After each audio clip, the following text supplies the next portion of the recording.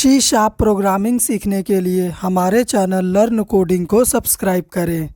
आज का हमारा टॉपिक है व्हाट इज़ ऑपरेटर। ऑपरेटर के बारे में हम बताएंगे इस वीडियो में आपको कि ये ऑपरेटर क्या होता है, कितने टाइप्स का होता है, इनका यूज़ क्या है, C# प्रोग्रामिंग लैंग्वेज में किस लिए हम इन्हें यूज़ करते हैं। सभी चीज़ें हम आपको थ्योरी, प्रैक्टिकल, कॉन्सेप्ट और नोट्स के साथ समझाएंगे। ठीक है, तो चलिए देखते हैं ऑपरेटर का मतलब क्या होता है। Operator is a symbol that operates on a value और वेरिएबल। कुछ भी बोलने से पहले यहाँ पे एक एग्जांपल लिख देता हूँ मैं।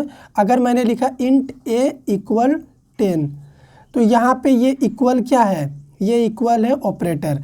एक लाइन अगर मैं और लिखूँ नीचे, इंट क्या लिख दूँ यहाँ पे, c = a + b मैंने लिखा, तो यहाँ पे देखो ऑपरेटर हमारा ये प्लस है। ठीक है, प्लस ये ऑपरेटर है, यहाँ पे ये इक्वल ऑपरेटर है। तो देखो ये वैल्यू के साथ भी काम कर रहा और ये वेरिएबल के साथ भी काम कर रहा। तो वैल्यू को वेरिएबल के साथ ऑपरेट करने का काम कौन करता है, ऑपरेटर करता है। अब इन ए बी का जो भी वैल्यू होगा उनको ऐड करके सी में रखेगा। तो ये ऑपरेटर देखो सिंबल है कि नहीं, ये सिंबल यूज़ कर रहे हैं हम, और ये वैल्यू के साथ और वेरिएबल के साथ दोनों के साथ काम करता है, दोनों को ऑपरेट करने का काम करता है। तो यहाँ पे वही लिखा हुआ है, it is use to perform logical and mathematical operations on programming language. अगर आपको 2 नंबर को ऐड करना है, मैथमेटिकल ऑपरेशन हुआ। अगर आपको बुलियन कंपैरिजन करना है, ट्रू फॉल्स, जैसा हम लोग लॉजिक गेट में करते हैं, तो उस तरीके का लॉजिकल ऑपरेटर भी होता है। तो उस तरीके से आप लॉजिकल ऑपरेशन भी परफॉर्म कर सकते हैं। अभी टाइप्स की अगर बात करें तो पहला होता है अरिथमेटिक ऑपरेटर, जिसमें addition, subtraction, multiplication, division, modulus, जिसको रिमाइंडर बोलते हैं, ये 5 आते हैं। ठीक है, इसका प्रैक्टिकल करेंगे हम, हर एक ऑपरेटर का प्रैक्टिकल करेंगे।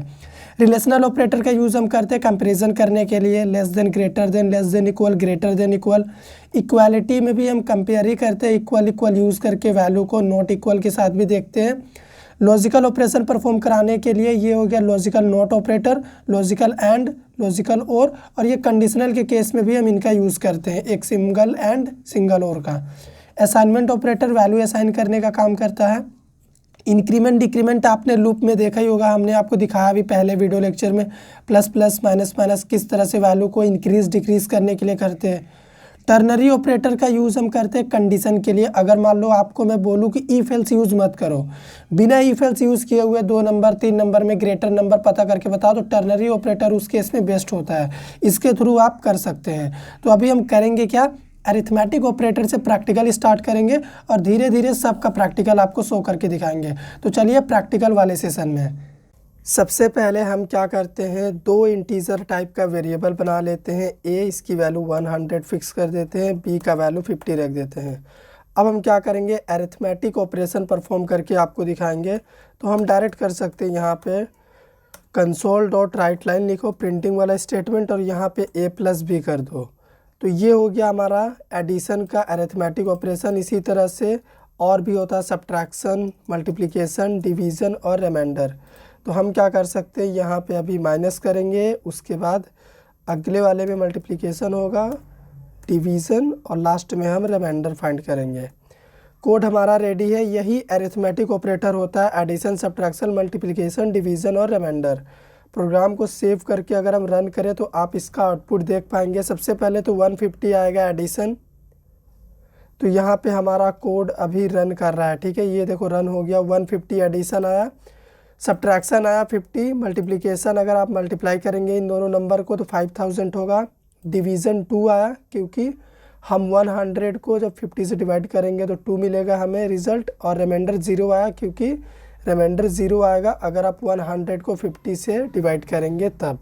तो ये हो गया हमारा सिंपल सा क्या, अरिथमेटिक ऑपरेटर। अब रिलेशनल ऑपरेटर की अगर हम बात करें तो यहाँ पे अगर हम लगा दें लेस देन, प्लस को हटा के, ठीक है, उसके बाद यहाँ पे सब्ट्रैक्शन की जगह पे हम कर दें ग्रेटर देन, फिर यहाँ पे लेस देन इक्वल कर दें, ठीक है, फिर ग्रेटर देन इक्वल कर दें, और यहाँ पे क्या कर दें हम, इतना ही होता है। ठीक है, रिलेशनल ऑपरेटर में ये 4 ही आते हैं। तो इसको अगर हम प्रोग्राम को सेव करें और रन करें तो अभी आप रिज़ल्ट देख पाएंगे रिलेशनल ऑपरेटर का बुलियन के फॉर्म में, ट्रू फॉल्स के फॉर्म में। ठीक है, जैसे 100 क्या 50 से लेस देन है, यहाँ पे फॉल्स, तो रिज़ल्ट फॉल्स आया। उसके बाद क्या 100 50 से ग्रेटर है, यहाँ पे रिज़ल्ट ट्रू। फिर क्या 100 लेस देन इक्वल 50 है, फिर से रिजल्ट फॉल्स और लास्ट में 100 ग्रेटर देन इक्वल 50 है, रिजल्ट ट्रू। तो ये हो गया हमारा क्या, ये हो गया हमारा रिलेशनल ऑपरेटर, जिसको आप कंपैरिजन ऑपरेटर भी बोल सकते हैं। वैल्यू को कंपेयर करने के लिए यूज़ किया जाता है इसका। अभी असाइनमेंट ऑपरेटर आता है, तो यहाँ पे देखो यही होता है असाइनमेंट ऑपरेटर। कोई भी वैल्यू को किसी भी वेरिएबल में अगर स्टोर करानी हो तो असाइनमेंट ऑपरेटर के बिना हम नहीं कर सकते हैं, ठीक है। तो ये हो गया अपना असाइनमेंट ऑपरेटर। अब हम बात करते हैं लॉजिकल ऑपरेटर के बारे में, या फिर इक्वालिटी एक ऑपरेटर होता है। सबसे पहले हम उसको डिस्कस कर देते हैं। यहाँ पे अगर हम लिखे कंसोल डॉट, अभी हम इक्वालिटी ऑपरेटर देख रहे हैं सी# प्रोग्रामिंग लैंग्वेज का, ठीक है। यहाँ पे अगर हम लिखे ए इक्वल बी, पहला स्टेटमेंट हो गया। उसके बाद एक और स्टेटमेंट होता है कंसोल डॉट राइट लाइन, और यहाँ पे हम लिखेंगे ए नॉट इक्वल बी।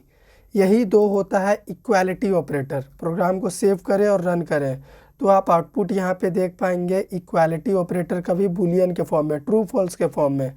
तो यहाँ पे कंपेयर हो रहा है, क्या 100 इक्वल 50 है, कंडीशन फॉल्स, तो रिजल्ट फॉल्स आया। फिर क्या 100 नॉट इक्वल 50 है, ट्रू, क्योंकि 100 नॉट इक्वल 50 ही होता है। तो यहाँ पे ए का वैल्यू 100 है, बी का 50 है, इसीलिए हम वैल्यू से कंपेयर करके आपको बता दे रहे हैं। अब हम बात करते हैं लॉजिकल ऑपरेटर के बारे में, कि लॉजिकल ऑपरेटर कैसे हम लॉजिकल ऑपरेशन परफॉर्म कर सकते हैं। लॉजिकल ऑपरेटर कैसे यूज़ करेंगे, बड़ा ही सिंपल है यूज़ करना। आपको लिखना है कंसोल डॉट राइट लाइन, ठीक है। न्यू लाइन में वैल्यू चाहिए अपने को। यहाँ पे a लेस देन b, उसके बाद logical and operator 2 times and लिखो, उसके बाद a ग्रेटर b। तो ये हो गया पहला लॉजिकल ऑपरेटर, जिसको हम बोलते हैं लॉजिकल एंड ऑपरेटर, ठीक है। अभी यहाँ पे एक और आता है लॉजिकल और ऑपरेटर, इसको बोलते हैं लॉजिकल और ऑपरेटर। फिर एक होता है लॉजिकल नॉट ऑपरेटर। वो कैसा काम करता है, आगे में यहाँ पे नोट लगा दो और इसको क्या करो, इस कंडीशन को एक सेपरेट पैरेंथेसिस में पुट कर दो, तो इसका रिजल्ट भी ट्रू फॉल्स के फॉर्म में ही आएगा। पहला वाला वैल्यू फॉल्स आएगा, दूसरा वाला ट्रू आएगा, और लास्ट में फिर क्या होगा, तो यहाँ पे देखो हमारा ये प्रोग्राम रन कर रहा है, वैल्यू आ चुका है। तो यहाँ पे देखिए पहले वैल्यू फॉल्स प्रिंट हुआ है, फिर ट्रू, और लास्ट में भी ट्रू। तो ऐसा क्यों हुआ हम आपको बता देते हैं कमेंट सेक्शन में। यहाँ पे 100 लेस देन 50 है क्या, उसके बाद लॉजिकल एंड, वही 100 ग्रेटर 50 मैंने लिखा है। तो ये वाला कंडीशन हमारा फॉल्स है, जबकि ये वाला कंडीशन ट्रू है। लेकिन लॉजिकल एंड ऑपरेटर होने से क्या होता है कि एक भी कंडीशन अगर फॉल्स हुआ तो आपको रिजल्ट फॉल्स ही मिलेगा, ठीक है। अब सेकंड वाला लॉजिकल और का ट्रू क्यों आया, सेम कंडीशन,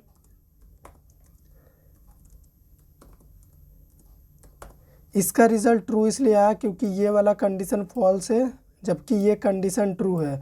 तो लॉजिकल और अगर रहेगा तो कोई भी एक कंडीशन अगर ट्रू हुआ तो रिज़ल्ट ये ट्रू ही रिटर्न करता है, इसीलिए यहाँ पे देखो ट्रू प्रिंट हुआ है।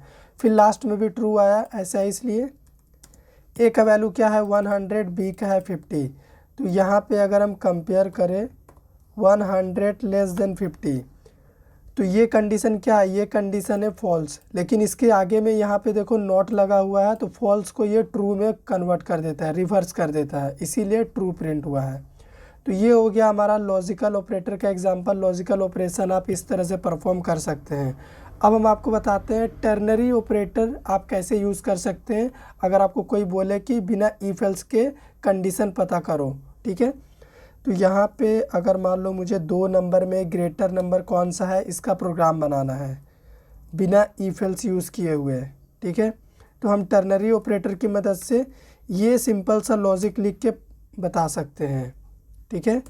और इसका इंटीजर वैल्यू रिटर्न होगा रिज़ल्ट, तो आर में स्टोर कर लेंगे हम।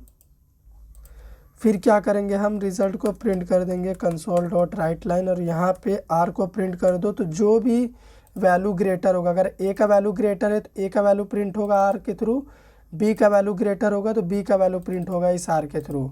तो प्रोग्राम को सेव करके अगर हम रन करें तो यहाँ पे अभी 100 प्रिंट होना चाहिए क्योंकि ए का वैल्यू ग्रेटर है।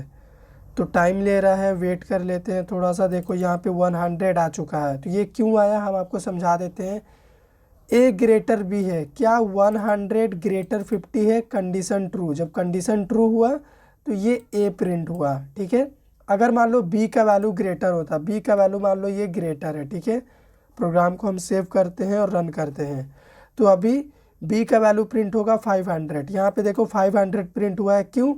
यहाँ पे कंडीशन चेक हुआ, क्या 100 ग्रेटर 500 है, कंडीशन फॉल्स। जैसे ही कंडीशन फॉल्स हुआ ये b का वैल्यू प्रिंट हुआ, तो b का वैल्यू जो भी यहाँ से निकल रहा है वो r में जाके स्टोर हो जा रहा है, और r को हमने प्रिंट किया तो r ने हमें 500 दे दिया। यहाँ से वही वैल्यू रिटर्न होके वापस जाएगा जो ग्रेटर होगा, क्योंकि हमने ग्रेटर वाला लॉजिक लगाया हुआ है, ठीक है। तो ये हो गया टर्नरी ऑपरेटर। अभी इंक्रीमेंट डिक्रीमेंट ऑपरेटर भी होता है एक। अगर यहाँ पे हम लिखे प्लस प्लस ए, ठीक है, इसको डायरेक्ट हम परफॉर्म कर सकते हैं इस तरीके से।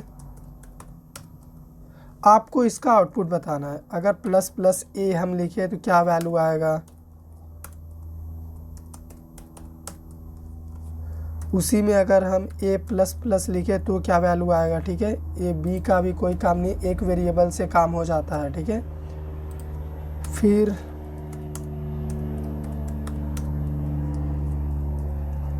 अगर हम ए माइनस माइनस लिखे यहाँ पे, फिर अगले लाइन में हम क्या लिखे, अगले लाइन में हम लिखेंगे माइनस माइनस ए। तो इसका आउटपुट आपको बताना है क्या आएगा। सबसे पहले हम समझा देते हैं आपको, उसके बाद आउटपुट दिखाएंगे। लिखा हुआ है प्लस प्लस ए, इसका मतलब वैल्यू एक इंक्रीमेंट होगा ए का पहले, तो यहाँ पे 101 प्रिंट होगा। उसके बाद ए प्लस प्लस है, तो यहाँ पे भी क्या होगा, 101 ही प्रिंट होगा। प्रिंट होने के जस्ट थोड़ी देर बाद ही वैल्यू इंक्रीज हो जाएगा 102। फिर हम आएंगे यहाँ पे, ए को हम प्रिंट कर रहे हैं तो यहाँ पे क्या प्रिंट होगा, यहाँ पे 102 प्रिंट होगा। 102 प्रिंट होने के बाद वैल्यू डिक्रीज करेगा, उसके बाद 101 हो जाएगा। फिर अगला लाइन में अगर हम आएंगे तो यहाँ पे जब हम प्रिंट करेंगे तो 100 प्रिंट होगा। प्रोग्राम को सेव करके आपको रिज़ल्ट दिखाते हैं हम।